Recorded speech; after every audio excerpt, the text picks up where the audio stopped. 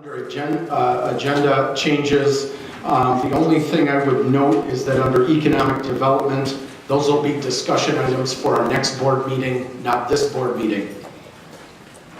With that, I'll ask the clerk to call the roll, please. Clerk McCall. Mr. Biondo. Present. Mr. Booker. Present. Mr. Boomer. Mrs. Crosby. Present. Mr. Fellers. Present. Mr. Fiducia. Here. Mr. Girl. Present. Mrs. Gore. Present. Mr. Huffman. Present. Mr. Jerry. Present. Mr. Kelly. Here. Mr. McDonald. Present. Mr. Nicolosi. Here. Mrs. Red. Mr. Salgado. Present. Mr. Schultz. Here. Mr. Sassoni. Present. Mr. Webster. Here. Mr. Webscott. Mr. Wilson. Present. 19 present, 1 absent. Thank you, Clerk McCall. With that, I'll ask everybody to stand. I'll turn things over to Mr. Nicolosi for the prayer and pledge.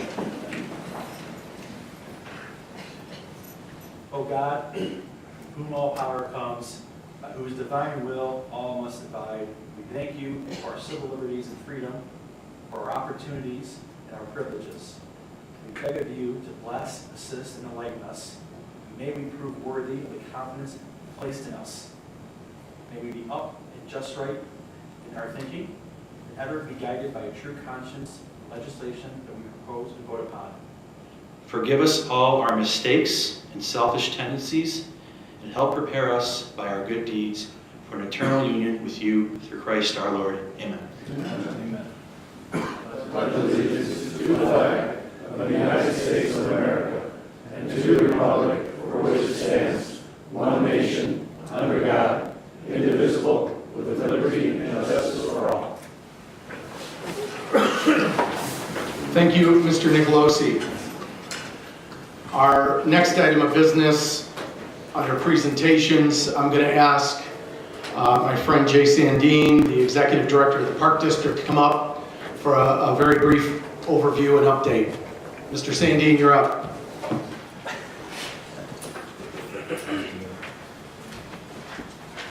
Good evening, everyone. Good evening. I asked the chairman if I could come in and just for a few minutes get the county board kind of up to date on where we're at the Park District. This is a critical year for the Park District.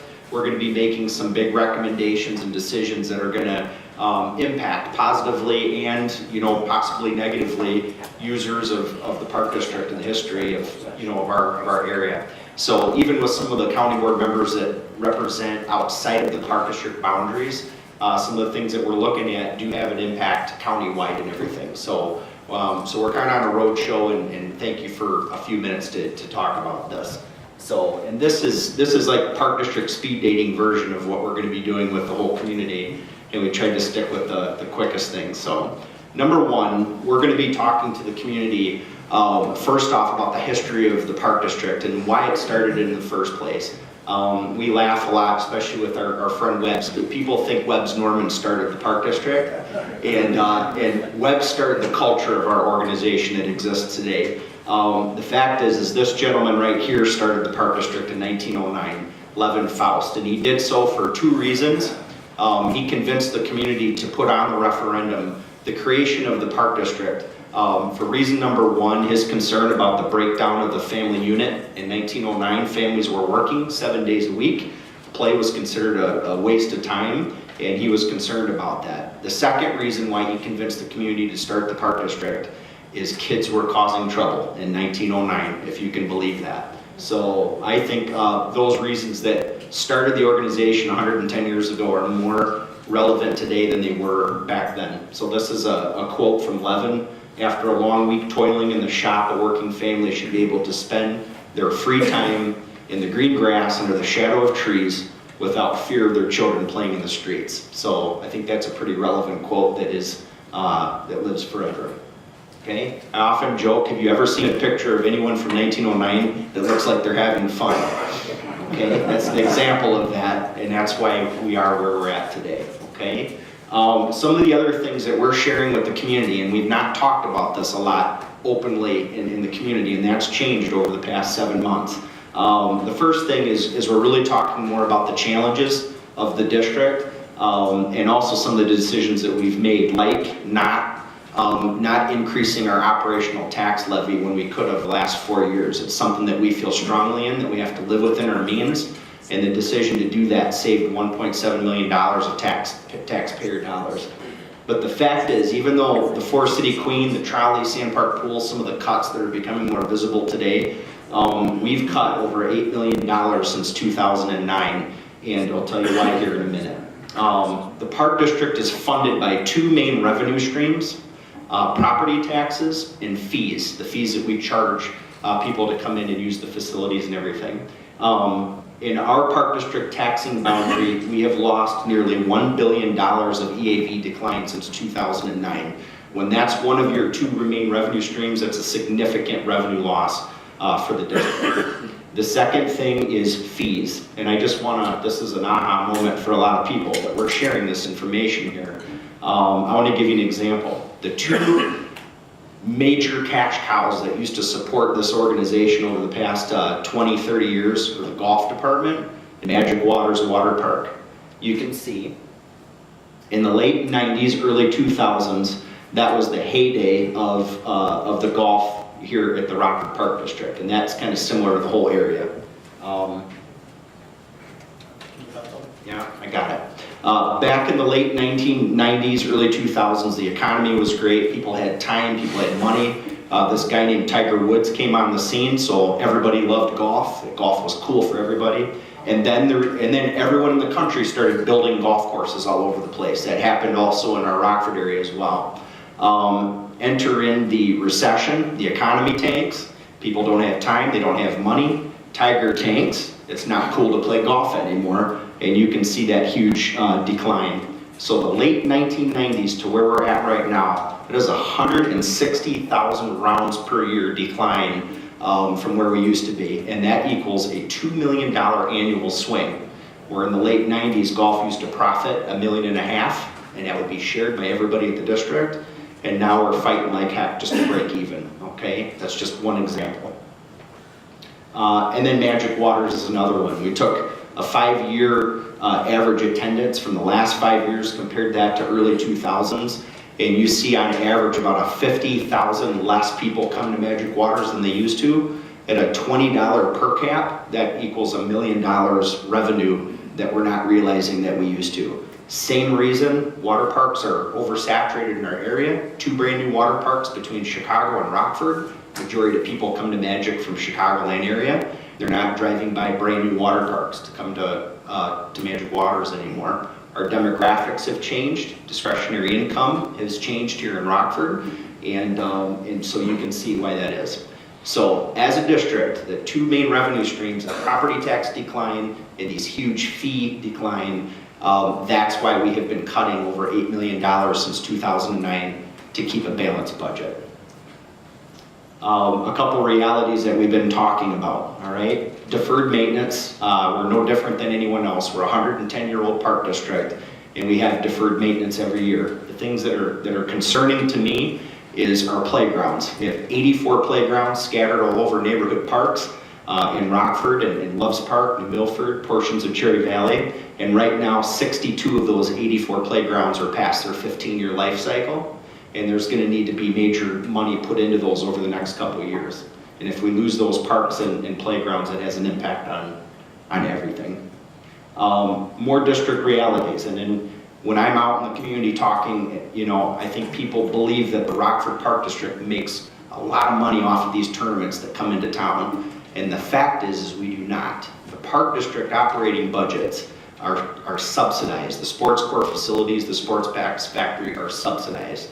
Okay, so when you hear $20 million economic impact, which is a legit real number, and if you don't believe me, try to go get a Butterburger at Culver's this weekend during the Puma Cup tournament. That money is pouring into our community thanks to the support of the county board and a lot of other efforts.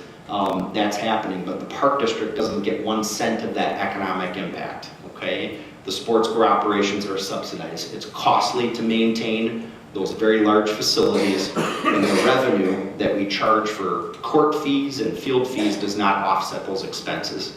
The fact is the tournament industry is so competitive, if we increase those fees, That tournament director will leave tomorrow because they're there to make money, okay? So that's just a quick reality on that. In fact, one of our main competitors is McCormick Place in Chicago, and sometimes they don't charge at all for volleyball and basketball tournaments because they fall under the city and they make money off the economic impact. All right, so that's an example of realities. Last part, this is the new dialogue that we're trying to discuss with the community, that Parks and Recreation is more than just throwing a ball out for kids to play or a park that you drive by. A vibrant park system reduces juvenile crime, increases property values, spurs economic development. I participated and watched the ribbon cutting of the new hotel downtown. The hotel would not have been built if it wasn't for that sports factory across from that river, okay? Crime prevention is easy to talk about. I think everyone understands this, but right now on average it costs around $240 a day to house one youth in a juvenile facility. And can you imagine what we could do with that money for that young person? Property values, it's proven in our industry because Illinois is one of 5 states that can have its own separate park district. Most states have a parks department that falls under city management, okay? So a lot of states do a lot of research to try to prove the worth of the parks department. And it's proven that a home near a well-maintained park has up to a 20% higher property value than a home that's not. So we want our citizens to understand that taxes to their park district is not a bill, it's an investment in their home and in their community. Economic development, I gave the example of you build the sports factory and a hotel and others built around it. The second part of economic development is when a CEO decides whether to invest their business in Rockford versus another community. The quality of life in Rockford is an attractor to whether that CEO wants to invest in that community, okay? Wrapping up here. Economic impact, I don't think anyone knows this more than the Winnebago County Board that has supported Reclaiming First. The amount of money that is coming in with the tournaments at the Sports Factory and Mercy Sports Court 2 is great, and it helps everybody. All right, to wrap up, what we're trying to do is get this information out to the community, trying to educate the community on the realities of the district, where we started, and the true value of Parks and Recreation. And then we're going to be asking for feedback from the community. We want to know what the community's recreational needs are for this generation and the next one. And we want to get that information, and we're going to be presenting this to our park board in August. And it's going to be pretty simple. Based on that feedback from the community, these are the areas that we want to cut and eliminate. Here are the areas we want to reinvest in, like playgrounds. And then here are the things we think we need to strategically add to meet the needs of this generation, not try to keep everything because it was important to the last 109 years. And we want to live within our means and match our economic realities. In closing, we have some community engagement sessions scheduled that we're inviting people to come out, hear this information, give us their feedback, and we're also taking our show on the road. We've got probably 50 different groups that we're going to be going and presenting to and asking for their feedback. Our future starts with you. We ask our county board members to help advocate for your park district, participate in your park district. It's just critical. And then lastly, last slide, because I know this is important to a lot of people, and especially Miss Red, sitting here in the front row. Your contributions to West Rock Wake Park at Levings were bigger than just economic impact. Right now, Dan Jarrett at West Rock has people coming from all over the country to Southwest Rockford using West Rock.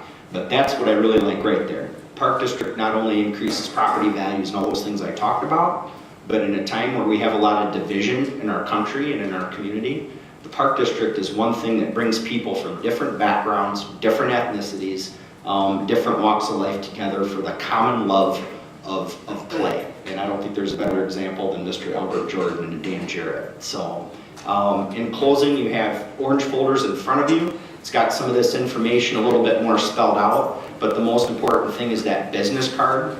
It's got our value statement on it, and then on the flip side, there's a website that we would love you, and if you could share that with other people, get on that website, and that's how you fill out your survey or your recreational needs assessment that feedback's critical to our recommendation to our park board. When we make that recommendation also, we're going to make sure that our strategies align with the county boards, with Chairman Haney's, with Mayor McNamara, with Transform Rockford, so we're not on an island by ourselves, okay? So, you know, it's a lot of information in a short time. Thank you, Chairman, for letting me come in and talk, and you guys have a great night. Thank you, Mr. Sandin. Mr. Jury had a comment. Mr. Jury. Thank you, Jay, for your update. Unfortunately, you have taken office like many of us here that in the economic downtime and people leaving the state. This county board, and I've been a member since 2000, you know, we've done an excellent job of creating government projects that will help the community. I think where we've lost it is we need to look at industry and we need to create jobs, and we need to look that way instead of what we do in government. You know, the old saying, "Not in my backyard," isn't working. I can remember this, the raceway, the prisons. We say, no, not in my backyard because it's next to my house or whatever. But we need to sit down and take a hard look at how we attract economic development. Because you're doing a great job. We need to do a better job. Thank you. Thank you. Thank you, Mr. Jury, and thank you again, Mr. Sandin. Really appreciate your time. Always good to see you.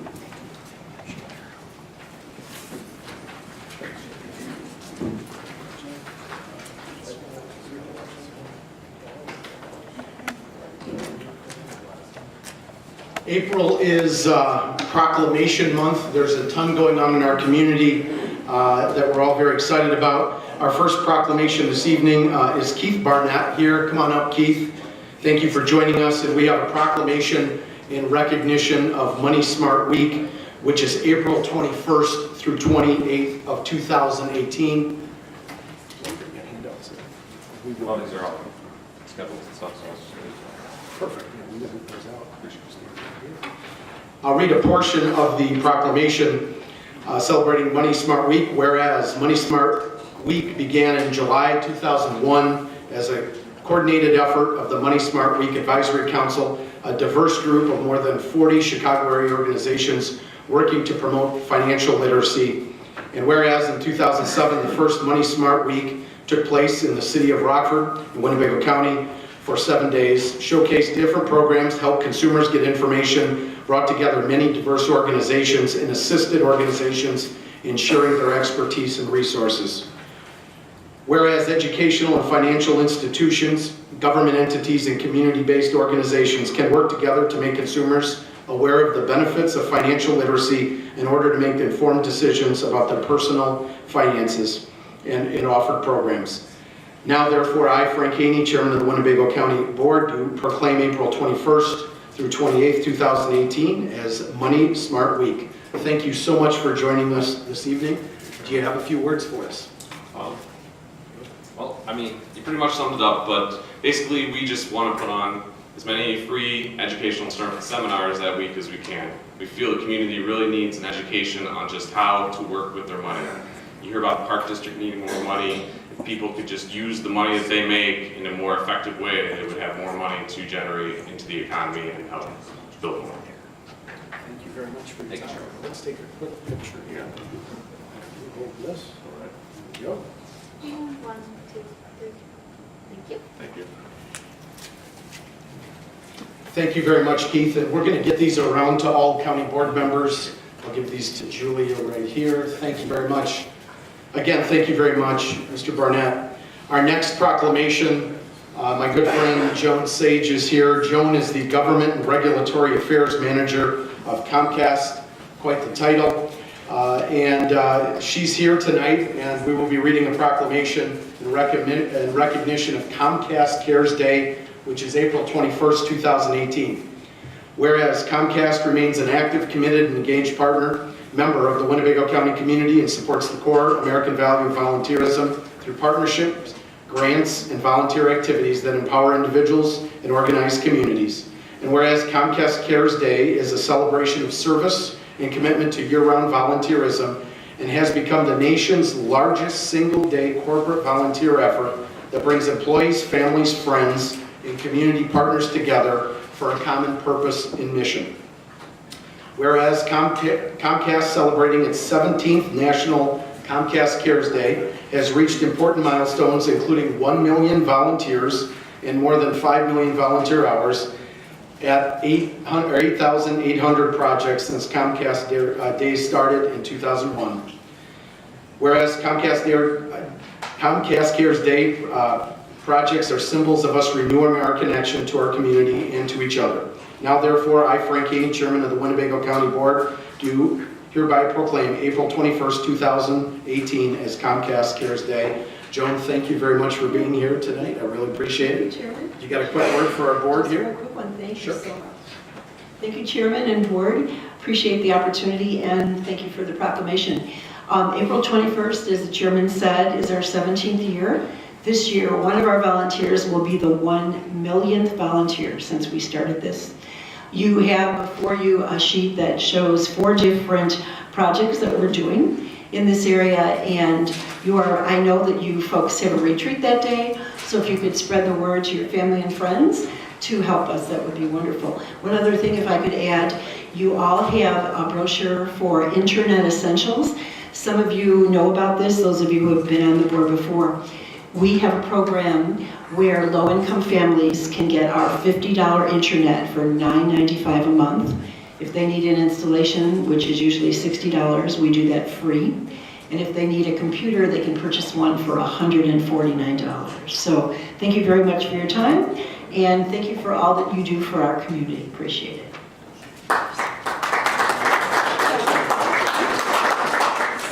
Mr. Webster had a comment. Mr. Webster. Yes, thank you.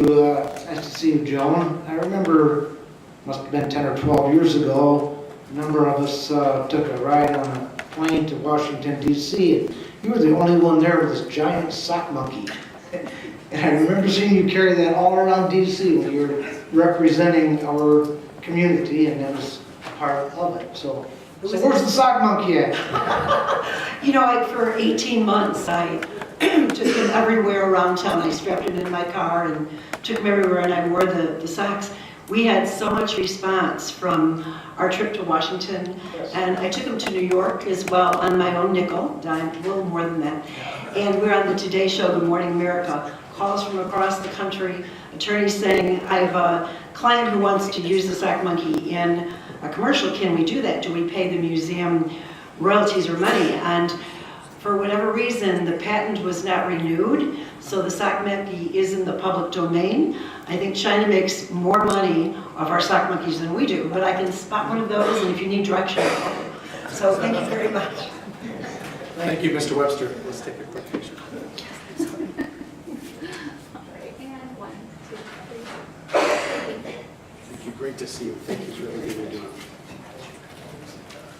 Our final resolution of the evening, I'm going to have Catherine Pierce and Sherry Harlan please come on up. This proclamation is in recognition of 815 Choose Civility Week, which is April 9th through 13th, 2018. These are our organizers of 815 Choose Civility group, and thank you very much for coming out tonight.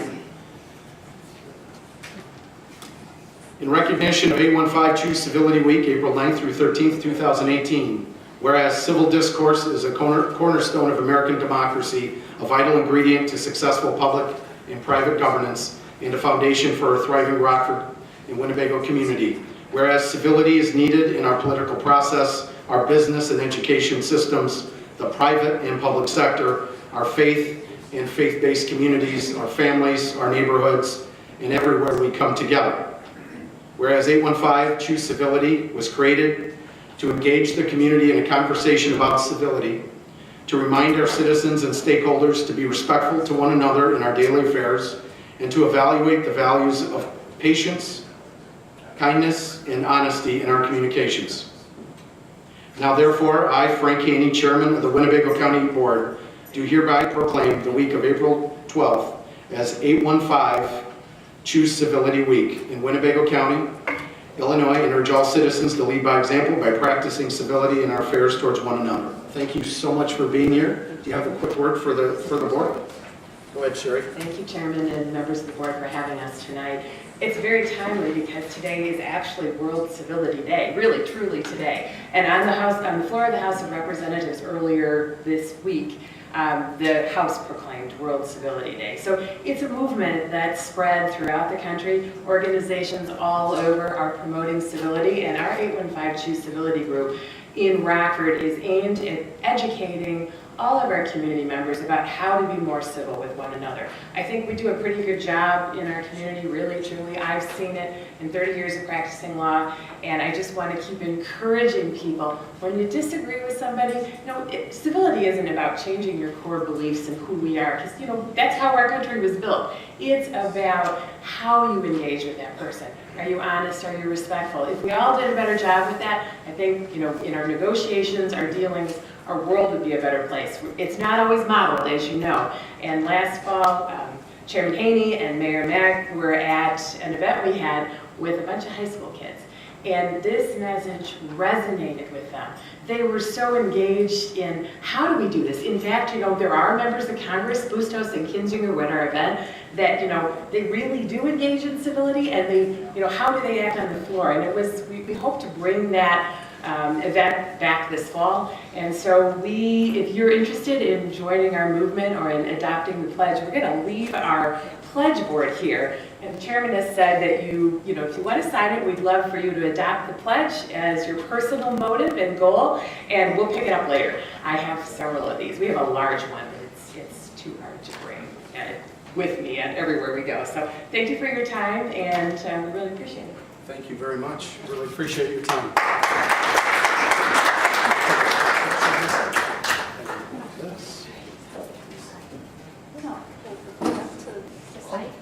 Sure.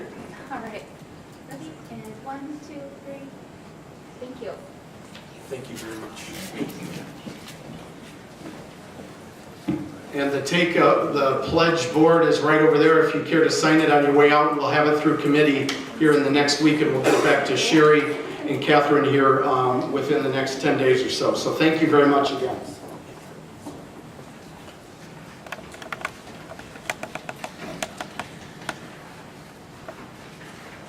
Next item of business, public participation. Is Renelle McKeever here? Come on up, ma'am. And Renelle is here tonight to talk about River Bluff Nursing Facility. Thank you very much for your time. Thank you. As you're coming up, I will read our disclaimer. Comments shall be limited to 3 minutes.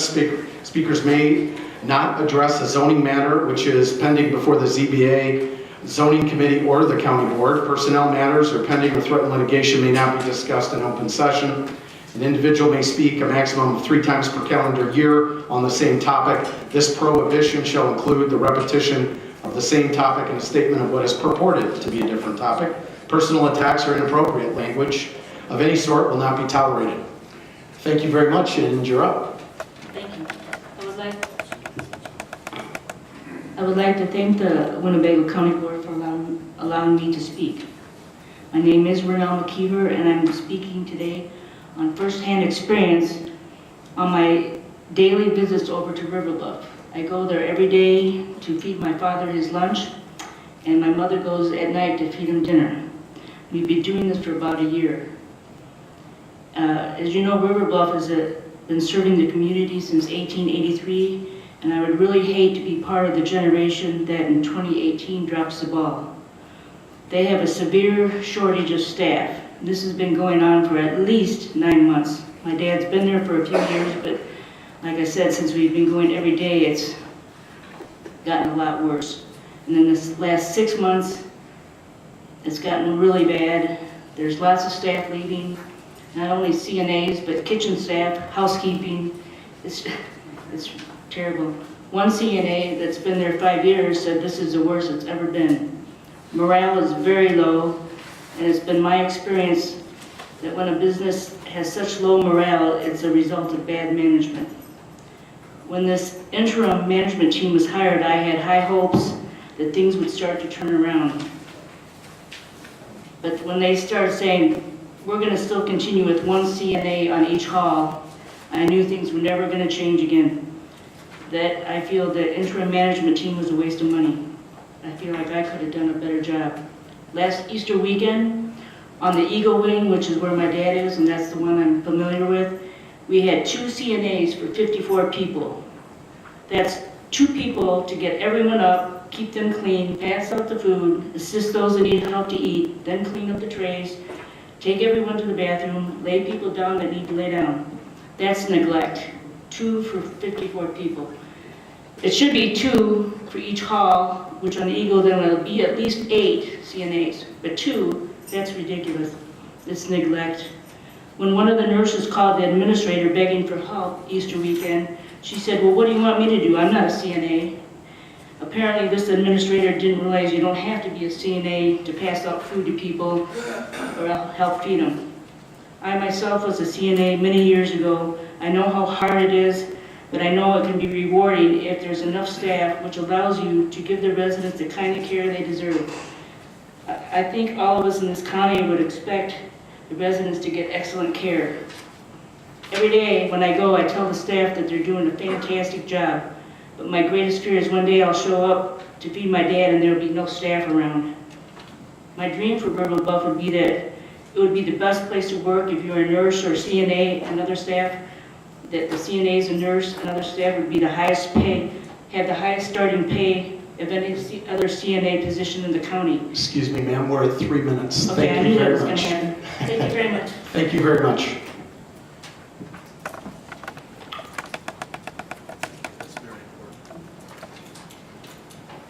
Thank you again for addressing the board. Next item of business, minutes. May I please have a motion to approve the minutes for March 8th, 2018 meeting and to lay over the minutes for March 22nd, 2018. I have a motion by Mrs. Crosby and a second by Mr. Boomer. Any comments on the minutes before the board? Seeing none, all those in favor signify by saying aye. Aye. Any opposed? Motion passes. Minutes approved. Thank you very much. Next item of business, announcements, communications. Clerk McCall. The items listed below were received as correspondence. And they will be placed on file. Thank you very much, Clerk McCall. Next item of business, board member correspondence. Mr. Wilson. Thank you, Mr. Chairman. Thank you, Mr. Chairman. I have 2 items to pass on to the board. The first one is there's a Rockford Area Arts Council, which is downtown on the east and the west sides of the river. And they're having events tomorrow from 5 p.m. to 9 p.m. and Saturday from 4 p.m. to 9 p.m. The area of my concern is at the Veterans Memorial Hall. The Art of Healing, Spring Art Scene, Friday, April 13th from 5 p.m. to 9 p.m. and Saturday from 4 p.m. to 9 p.m. Brockford, are you an art lover? Come see original artwork created by Rockford's very own veterans. Veterans and all of us who appreciate veterans, who have sacrificed for our country, and you are invited to attend this. The second piece of literature that I have is Advancing the Development of Minority Entrepreneurship Business Workshop. And this is going to take place Tuesday, April 24th at the Northloft Center, 118 North Main Street here in Rockford. Topics: business entity, business planning, importance of credit, access to capital, panel discussion, and you have to go online to register for this at ADME Workshop, April 24th, Evenbright, that's EVENBRITE.com. Thank you. Thank you very much, Mr. Wilson. I have Mrs. Gorel, and I believe Mr. Webster, then Mrs. Red. Mrs. Gorel. Thank you, Chairman. For those of you who know we have Winnebago County Health Department, how many of you really know what goes on in that building, besides the fact that we do water and septic inspections? We do a lot of things there. And on the 23rd, I believe it's on Monday, I don't say for sure, but on the 23rd, between 1 and 4, they're having open house because of the fact we are closing the facility over on Division Street and moving everything down to 555 North Court Street. And would truly like to have all of you come through there and see what we do there and who else uses our building, like the veterans. And because we ran out of space in that building. But come and see the type of clientele that goes through what we do, so you have a better opportunity. If someone says, what does that help, what does the county health board do, or the county health department do, you're going to have an answer for it. So those of you who are free during the day, please come down and visit between 1 and 4. And I think there's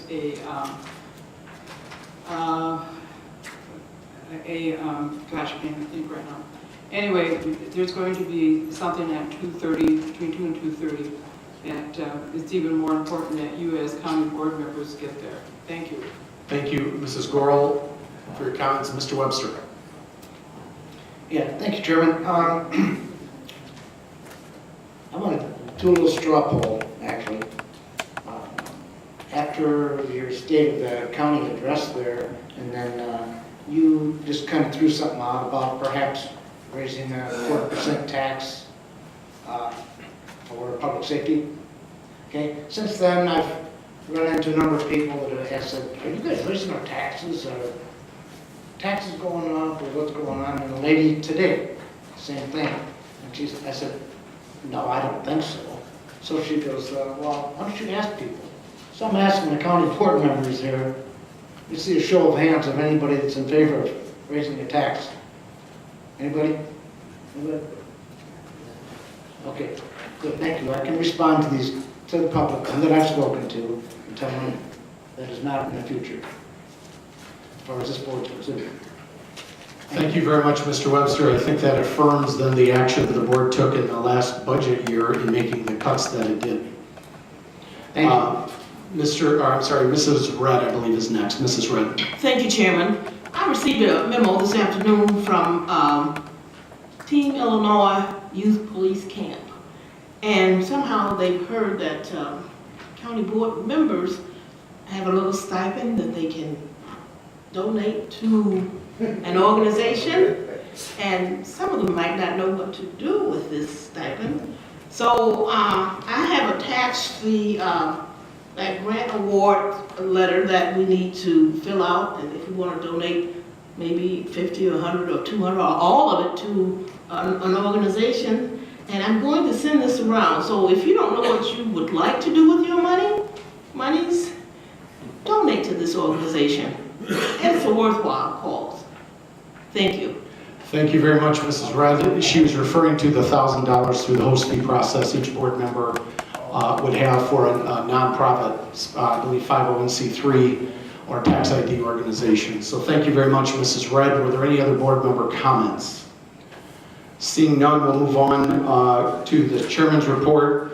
On Saturday, April 21st, we have the Winnebago County Board Strategic Planning Retreat. That'll be at the Regional Planning Center. I know there's been information on this, more is coming, and we're going to need a good turnout of that so that we're aligned between our board, administrative actions, and also our funding decisions as we go forward in budget. There's also, in addition to the Rockford Park District, the library is building a new building in downtown Rockford. You may have seen that in recent years. They too are asking for input, and there'll be some information coming around via email in the next week or so regarding some input sessions there as well. With that, we'll move on to our next item of business, County Administrator's Report. Anything, Carla? I'll try to be brief, but I have a few things. In reference to River Bluff, there on the agenda tonight is the resolution to approve a new management company. We weren't really pleased with the results we got from the previous company, and when we did a review of the RFP, we decided that rather than go with a management contract, we would like to just have a consulting firm so we have more oversight and involvement in the process. This week we decided to close a section in the home in order to consolidate staff to since we're having a staffing crisis, we want to make sure that we have people condensed into the different areas and have more staff to attend to the residents. Angie, at her request, we've set up a meeting to try to see what we can do with the CNA and dietary staff wages. We're hoping we can get some cooperation with the union. They're very low compared to the hospitals and other homes in the area, and that's why we have, one of the reasons we have such a problem keeping staff. We're paying a lot lower wages, and when they get offers from other entities, it's easy for them to move.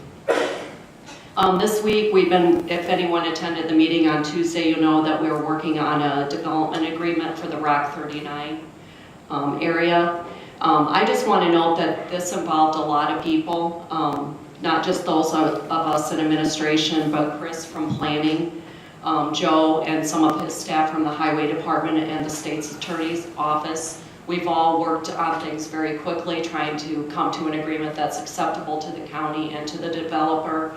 But it took everybody's cooperation because it's a really complex agreement and we need expertise in different areas. So we're all lucky to have such competent people in those different areas. In a few weeks, we'll be bringing forward intergovernmental agreements for the outside agencies that we serve in IT. We want to get the agreements consistent and complete.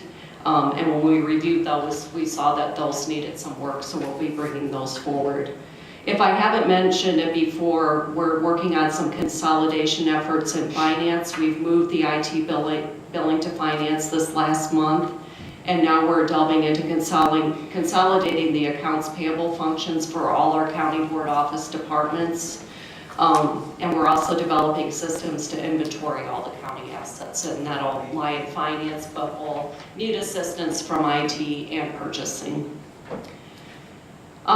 This week we discovered that even though we've done a great job of compiling our host fee grant dollars, we needed to do some work on formalizing the multi-year commitments that we have in the host fee fund. So we'll be bringing forward a complete listing of all the allocations for the host fee fund shortly. We're going to be implementing 2 modules of Munis that's going to help us automate our review processes and actually store items electronically rather than having all our file cabinets. We know that it'll save us time, but it'll also save us some money in paper costs and the time spent filing things away. The chairman had talked about our budget review team. Just wanted to update you on that. We've met 2 times so far. We actually reviewed the process that took place last year, got feedback from the internal people of how we could improve it. So we've made those changes and incorporated them into our budget policy that you'll approve tonight, hopefully. And then we're meeting again tomorrow to get some ideas on cost savings, and we're hoping our external partners will have some good ideas for us. We had a presentation a few months ago from the IPBC Health Insurance Cooperative. We've met again a few times, so we're ready to move forward with them and actually get quotes. They're gathering our data now. But in the meantime, I'm going to talk to a few other folks just to make sure that that's the best option the county has. When they came and presented, they had talked about an $18 million savings over 5 years. I had them clarify with what they meant by that, because it seems like it's a little bit too good to be true. It's not actually $18 million over 5 years that'll drop off our budget, our current budget. What they do is they trend out based on our current trend, where our costs would be, and what we would pay if we were experiencing their reduced increase trends. And that's where the $18 million comes from over the 5 years. It would include any increases into the future. One of the people that I did meet with recently was a broker that has a zero card option. And what that is they deal directly with certain vendors for certain procedures, and they get really deep discounts based on that. Like if you're going to have a hip replacement, they would work directly with a vendor in order to get the deepest discount on that type of procedure. And the patient would go directly to that vendor And what happens is the county would get a reduced cost, but also the employee would pay nothing. They would have no deductible and no co-payment. They're working right now to get into the IPBC and offer that service as part of that program. That's all I have. Okay, thank you very much, Carla. Mr. Wilson, on a follow-up. Thank you, Mr. Chairman. Are we staggering the workforce that is at River Bluff? For instance, like hospitals, they have people that work 3 12-hour shifts Friday, Saturday, and Sunday, and they're off, and they schedule everybody else the same way. We don't have 12-hour shifts currently, they're 8-hour shifts, but we're looking, there have been improvements made in the scheduling, but we're looking at going with a 12-hour shift like all the other hospitals and nursing homes do. Good for you. Thank you, Mr. Wilson. And thank you, Carla, for the update. Next item of business, the consent agenda. May I please have a motion to approve the consent agenda? Mr. Hoffman on the motion, Mr. Fellers and Mr. Jury on the second. Any discussions on the consent agenda? Seeing none, all those in favor signify by saying aye. Aye. Any opposed? Motion passes. Consent agenda approved. Thank you very much. Next item of business are standing committee reports. First item up, Finance Committee, Mr. Biondo.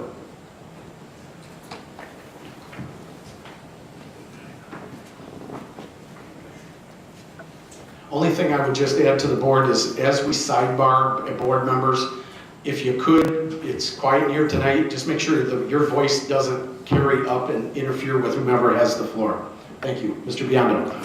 Thank you, Mr. Chairman. I'd like to make a motion to approve resolution authorizing the settlement of pending litigation. This is the election lawsuit with the, I believe it's the Republican Election Committee, resolving to do only one precinct, number 5, lowering it to the 800, and the extra voters would go to precinct 33, and we don't have to do all the other ones. So that's the resolution, is to approve that. We have a motion by Mr. Biondo on item B, the resolution authorizing settlement of litigation around the precinct discussion. I believe the litigant, the plaintiff is Jen Ray, not any other plaintiffs at this time. We have a motion by Mr. Biondo, a second by Mr. Kelly, Mr. Hoffman, and Mr. Jury. Thank you. Item is before the board. Any discussion by board members on the motion before the board? Seeing none, all those in favor signify by saying aye. Aye. Any opposed?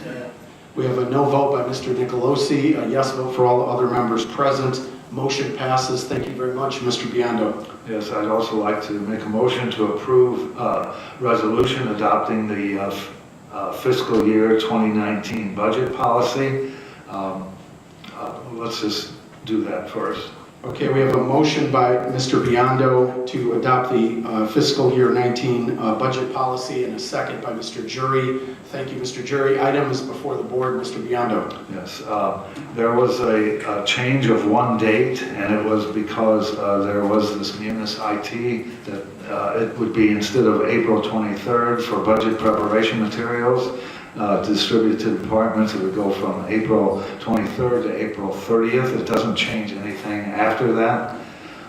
Then there was one paragraph added, and it's the fact that there was still this county miscellaneous that was holding up there, and it would be, if it reads as such: if a department previously had budgeted items paid from the county miscellaneous department, these amounts should now be included in the respective departmental budget in the fiscal year 2019 department supplemental request. Please specify these items were previously paid from the county miscellaneous and provide information to support it. There isn't going to be county miscellaneous. And so what I'd like to find out is, we have the committee actually voted 5-0 to approve this. 3 people weren't there, and I'm just wondering, do we have to amend this to do that, or can we, if it's that insignificant, we can just go ahead and add it and approve it? When an item comes out of committee, it can be amended on the board floor, and this is, I mean, I think Carla would agree, Mr. Biondo would agree, this is not a material change to what was discussed in committee, but this also clarifies internally to administration our department partners, how Carla and her team, finance team, would want to be communicated with on one specific item that will help create communication internally. And then the other thing was a date change. So we have those two small changes. We have a motion by Mr. Biondo to make the two changes as is laid out and in front of the board and as he read in. May I have a second to amend the budget policy? I have a second by Mrs. Crosby, Mr. Jury, and Mr. Hoffman. So the amended fiscal year 19 policy is before the board now. Any questions or discussion? We have a motion and a second to amend, and that's what's before the board right now. Any discussion before we take the vote to amend? Mr. Schultz, you were to it? You just presented it in two totally Yep. different ways. So the latter part, you clarified that we're just voting on the amendment. Yes, sir. So Mr. Schultz made the point, and he is correct. The motion before the board is to amend, as described by Mr. Biondo, the two non-material changes before the board, and we're asking the board to vote yes to amend or no not to amend. Any other discussion by board members? Seeing none, all those in favor of amending the fiscal year 19 policy before the board signify by saying aye. Aye. Any opposed? Hearing none, motion to amend passes. Mr. Biondo. I'd like to now make the motion to approve the amended resolution as specified. We have a motion by Mr. Biondo to approve the amended fiscal year 19 budget policy, and a second by Mr. Hoffman and Mr. Jury to approve the amended fiscal year 19 policy. Any discussion by board members on this item before the board? And again, you do have a copy with it you can take home with you tonight for your additional reading pleasure. Any other comments? Seeing none, all those in favor signify by saying aye. Aye. Any opposed? Seeing none, fiscal year 19 budget policy approved. Thank you to the board and Mr. Biondo. That concludes our report. Thank you very, very much, Mr. Biondo. Next item of business, our zoning committee, Mr. Webster. Thank you. We have no report this evening.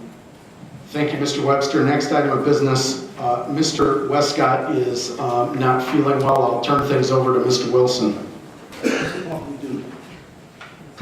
We don't have anything to report. We will vote on those things that are listed the next county board meeting.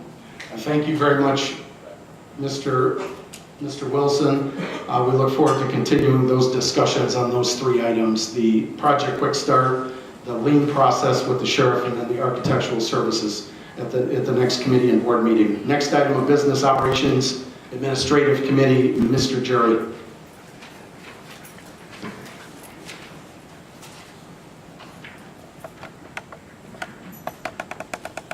Thank you, Chairman Haney. Your Operation and Administrative Committee has three items before you tonight. The first one is a resolution authorizing the chairman of Winnebago County Board to execute an agreement for services for River Bluff Nursing Home, and I move for its adoption. We have a motion by Mr. Jury on item B, consulting services at River Bluff. May I have a second? Mrs. Worrell, Mr. Gurl on the second. Item is before the board. Any discussion by board members on item B under Operations Committee? Seeing none, all those in favor signify by saying aye. Aye. Any opposed?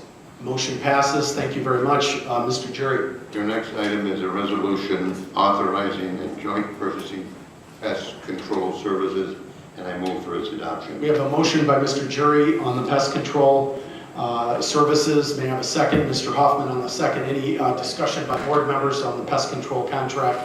Mr. Fellers? No, Oh, I'm sorry. He was doing something I don't have to do, which was adjusting his hair. Yeah, exactly. Items before the board, no discussion. All those in favor of approving signify by saying aye. Aye. Any opposed? Motion passes. Thank you very much, Mr. Jury. And your last item, we have a resolution awarding the computer hardware bid, and I move for its adoption. We have a motion by Mr. Jury on item D, resolution on computer hardware service upgrades. I got a second by Mr. Wilson and Mrs. Gorel. Any discussion by board members on item D under operations? Seeing none, all those in favor signify by saying aye. Aye. Any opposed? Motion passes. Thank you very much, Mr. Jury. That concludes our report, Chairman. You didn't have a countdown update. Countdown, 15 more to go. Thank you, Mr. Jerry. Public Works Committee, Mr. Kelly. No report. Thank you, Mr. Kelly. Public Safety Committee, Mr. Fiducia. Thank you, Mr. Chairman. No report, however. I want to update the board, and this is not animal services related. On Tuesday, I attended the 911 board meeting, and there was a lot of interesting things that came out of that meeting. Most of what I thought was interesting was the county's involvement or the county's control of 911 that I didn't understand that we had. So what we're talking about doing is doing a 911, and I don't want to have a discussion about this tonight either, because I think that we're gonna have to have a long discussion on this, but we're trying to do a 911 101, I think that's what Mr. Haney called it. And we're looking to put together information. And I would strongly urge anybody on this board that, if you want to pound your fist on the desk about what we're doing, that's fine, but I think you might want to come to this and see some of the, listen to some of the things we have to offer and learn about just what a call taker is, what a dispatcher is, a few of the things that you guys don't understand. One of the things that I saw this week that really was eye-opening was the intergovernmental agreement that was passed forward when we moved from the old sheriff's department to the public safety building.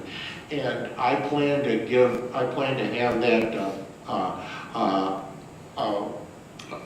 PowerPoint on that and show what that intergovernmental agreement was, because Mr. Haney's been talking about consolidation and doing, working with other agencies. I was shocked to see what giant step backwards we took. So we'll have all that for you, and we'll give you an update, and if you have any questions, feel free to contact me. Thank you very much, Mr. Fiducia. There'll be a lot more discussion coming on that, and there is no immediate action steps. So don't worry that there's a change coming. Nothing changes until the board is presented with a recommendation and then approves it. Until then, it is the current status quo. Okay. Anything else from the Public Safety Committee? Seeing none, then we'll go to the Government Affairs Committee. Mrs. Crosby.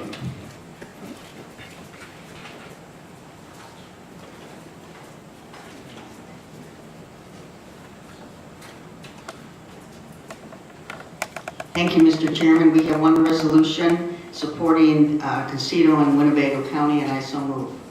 We have a motion by Mrs. Crosby on a resolution showing support for a casino in Winnebago County. I got Mr. Jury on the second, Mr. Fellers, and Mr. Wilson on the second, Mr. Girl. Item is before the board. It is a resolution showing support for locating a casino in Winnebago County. Just a piece of history I learned. The board did this back several years ago, and because of some recent events, wanted to bring that forward for, again, a show of support for a casino at a time when Beloit, Wisconsin is entertaining a very similar thing. Any discussion by board members? Yes, sir, Mr. Webster. Yeah, I've got a question, I guess. If this were to come to fruition, that a casino were to be built in Winnebago County, what role would the county itself, play in that? What role would the county play in a casino? At this point, it would be a privately held casino, so we would not be involved directly in that. That's my point. So we would have no vote on the board floor about building a casino within Rockford, and I don't know, I guess, I just think that a resolution like this is kind of hollow. It means nothing if we have no say-so in the matter. Thank you, Mr. Webster. Mrs. Rudd. Thank you, Chairman. Where with this casino, or where are you thinking about locating this casino? There's a couple things we're not prepared to discuss this evening. This is merely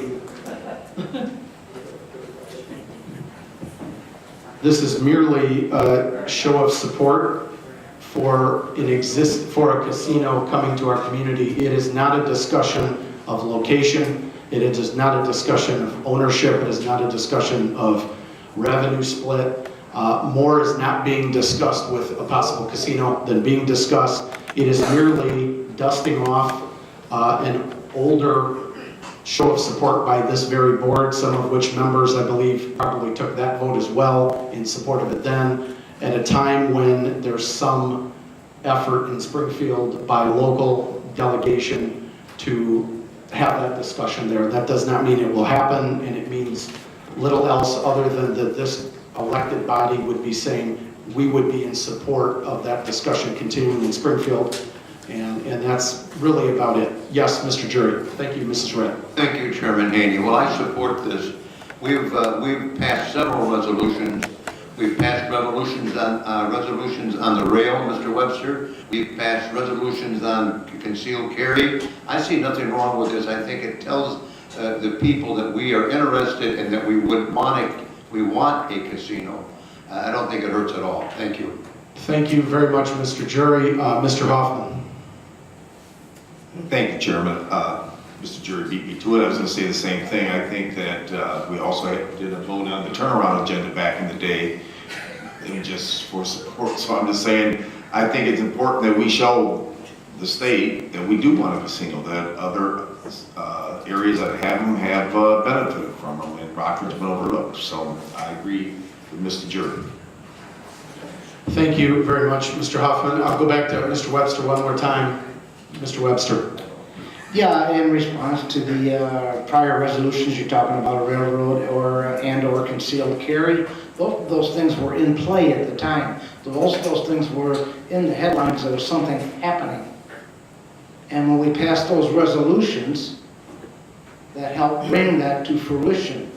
The railroad got blocked, concealed carry got passed. Thank you. Thank you very much, Mr. Webster. I think to build on that, I think the only thing I'm aware of at this point is the intention of some local members of our delegation and maybe some of their partners in Springfield to reinvigorate the discussion in Springfield. That's what I know. I also know it is very real that Beloit, Wisconsin, which is just a car ride away, is very seriously, I think the development is more what's happening across the border, then that's creating urgency to have that discussion here. That's what I know at this point. I think I saw a hand up by Mr. Tassoni, then Mr. Salgado. Mr. Tassoni. Thank you, Mr. Chairman. I'll throw my 2 cents in. And I mean, hypothetically, if a casino was to ever come here, the county's involvement may be, if it was placed in unincorporated Winnebago County, not likely, but if there was tax incentives or infrastructure incentives or whatever it might be. So, like I say, I think it's good just to throw a shout out and say, hey, we're still interested. Thank you. Thank you very much, Mr. Tassoni. The piece that I think would come into play, and not to put a cart before a whole bunch of horses, but if a casino would ever come to fruition, there would be revenue opportunity for the county. What I don't want to see is in the past, is we start talking about hypothetical revenue splits and fighting with our partners over something that has not happened to date, may not happen, but we don't want to start that. But this is merely all this is, just so we're clear. And I believe there was one more hand, Mr. Salgado. I just want to call a question on this. Thank you. Yep, we have a motion to call the question. May I have a second? We have a bunch of seconds. I'm going to try to get to them. Mr. Gurl, Mr. Wilson, Mr. Jury, Mr. Boomer. I think I missed one, and I apologize. Oh, Mr. Hoffman and Mr. Biondo, and Mrs. Red. So we have a motion and a second to suspend discussion, call the question. All those in favor of suspending the discussion signify by saying aye. Aye. Any opposed? No opposed. We will end discussion, and with that, we have a resolution to locate a casino, calling for support of locating a casino in the greatest county in the state of Illinois, Winnebago County. We have a motion before us. All those in favor signify by saying aye. Aye. Any opposed? No. I will ask the clerk to call the roll.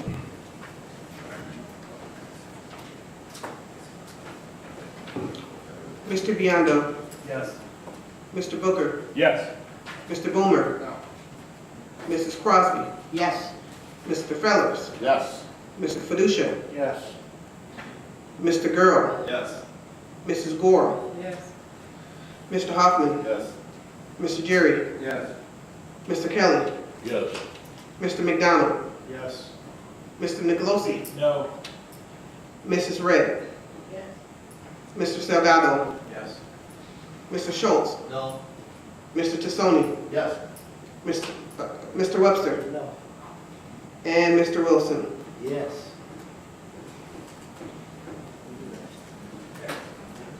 15 yes, 4 no. And 1 absent. Motion passes. Resolution showing support by the county board for locating a casino in the county passes. Mrs. Crosby, anything else? That concludes my report. Thank you, Chairman. Thank you very much, Mrs. Crosby. Next item of business, unfinished business.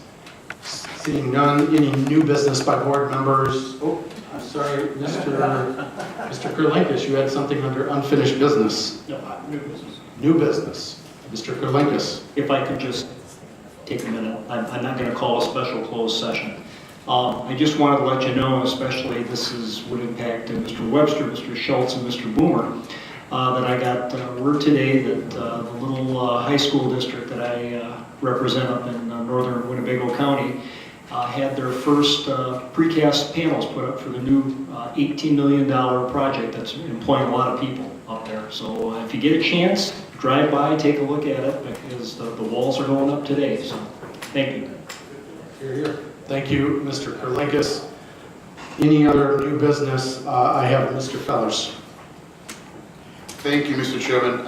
As you may or may not know, at sundown today ended Holocaust Remembrance Day. I bring this up for a reason. You know, the Holocaust wasn't just about Jews.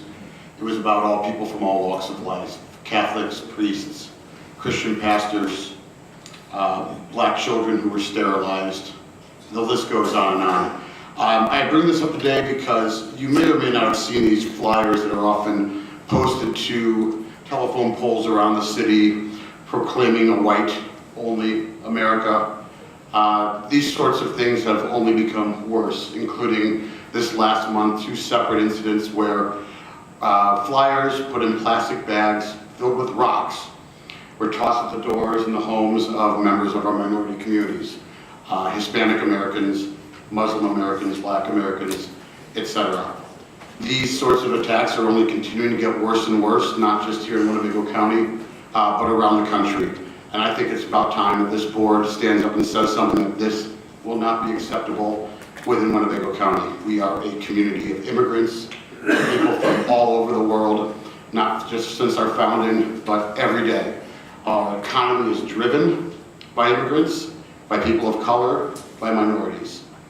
We cannot let this stand. I have before us a resolution denouncing neo-Nazi and white supremacist actions in Winnebago County. I will not read it now, but if you'd like some more information, like to sponsor it, please come and see me. Thank you. And we would refer that then to committee, and that would be coming forward in committee discussion here in the next cycle. Thank you very much, Mr. Fellers. Any other new business by board members? With that, we do have a quick 5-minute closed session. Don't be so upset. I'm trying to share information with my partners. We thought we'd be done. I promise a short closed session. May I please have a motion to go to closed session to discuss threatened litigation? Mrs. Crosby, Mr. Hoffman, and Mr. Booker, all those in favor of going to closed session?